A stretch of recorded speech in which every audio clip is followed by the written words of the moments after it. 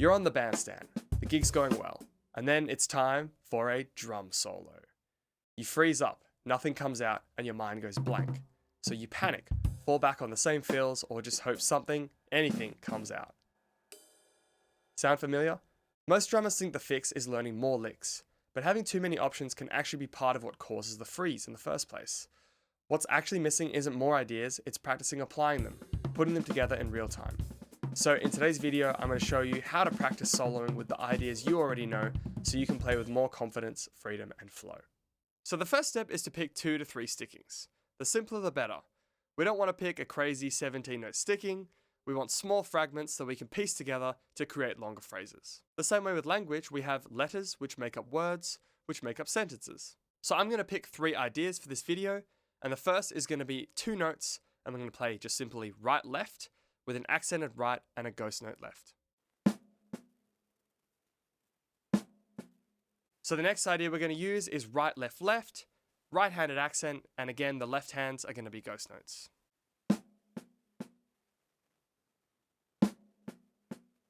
And the last idea here, we're just going to add a kick on the end to make it a 4-note phrase, so we get right-left-left kick.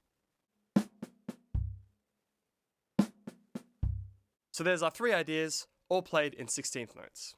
Step 2 is to learn these ideas and be able to play them comfortably. So start slowly and loop them to a metronome, and then increase the speed until you reach your desired goal. This could be the tempo of the song that you have your drum solo in.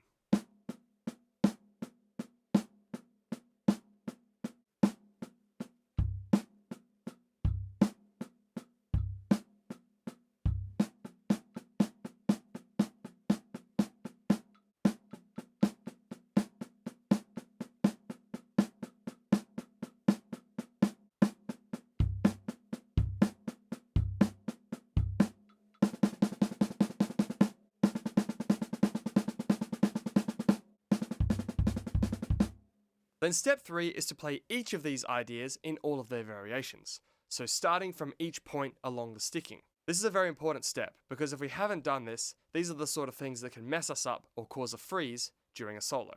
For example, if you play a right-left-left, then you're going to be starting whatever the next idea is on the last 16th of that beat, so 1 E and ah.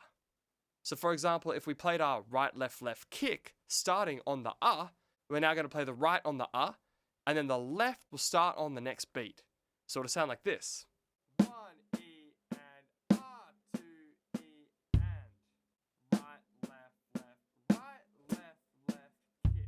Now, if we're in 16th notes, there's 4 16ths to every beat, right? 1 E and ah. So we're going to play these in all their variations, which then means that we can start any of these 3 ideas on any part of any beat. So the first variation, the right-left, there's only one way we can flip this and play left-right.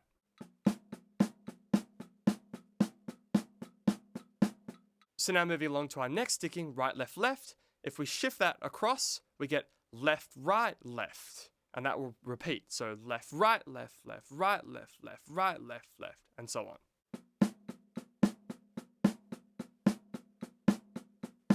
And then if we shift it across once more, we can start with left, left, right. So left, left, right, left, left, right, left, left, right, left, left, and so on.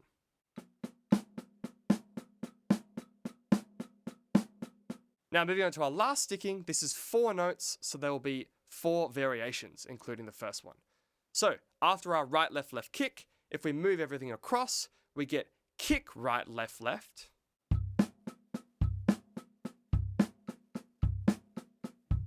Move it across again, we get left kick, right left.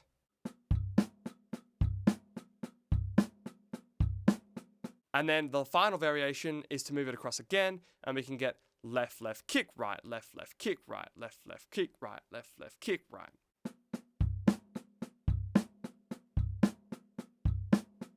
So go through the same process as step 2, looping each of these variations to the metronome. As they become comfortable and you can play them 10 or so times in a row without messing up, then I would increase the metronome by 5 to 10 BPM and work them up to your goal speed. Now moving on to step 4, where we're going to mix and match these ideas and orchestrate them around the drum kit. So we want to start at a very slow tempo, making sure that we can hear and comprehend these ideas. So we're going to put the metronome on, and we're just going to improvise ideas choosing whichever stickings we like in whatever order we like, and move them around the drums.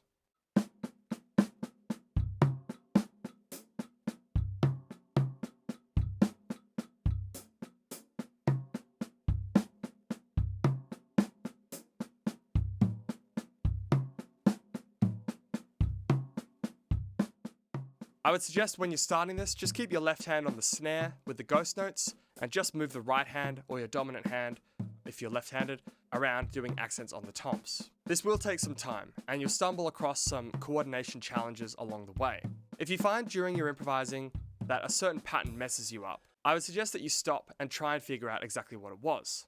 Then loop this pattern over and over again until it feels comfortable, then start improvising again and throw in this idea whenever you like. So repeat this process of improvising ideas, if anything trips you up, stopping, finding out what it was, and then practicing it for a while until it becomes comfortable, and then start improvising again. A good analogy for this is imagine you have a t-shirt and it has a bunch of creases on it, and the creases are certain coordination patterns that mess you up. So we're just going to zoom in, iron out those creases for a while until the shirt's nice and flat, and then we're going to keep searching and find some more creases. And if you keep repeating this process, eventually you have a nice ironed shirt, or in our terms, a nice flow around the drums using these stickings. So once this is feeling comfortable and you feel like you're flowing nicely on the kit, then you can increase the metronome and keep moving up until your goal tempo.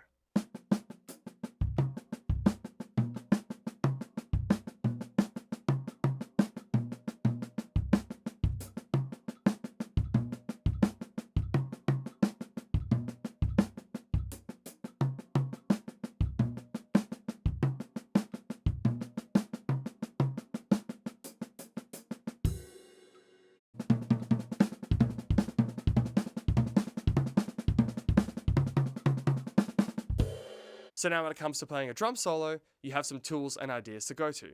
You'll be surprised too how many ideas you can actually get out of just using these 3 stickings around the drums. Then after a few weeks or even a month when this is feeling really nice and you can flow using these 3 ideas, then pick 3 new stickings and repeat the process again from step 1. So this way, over time, you're going to be adding small ideas that you can mix and match into your drumming language or vocabulary bank, which will then keep on increasing the amount of ideas you can play and mix and match in your solos. This is the approach I use for increasing my vocabulary, and the more you do it and the more comfortable you get with this process, then the more challenging and advanced or complex stickings you can start to add in. Let me know how you go in the comments, and if you're looking for some of the best tips that I've learned over 20 years of drumming, then check out this video here on that.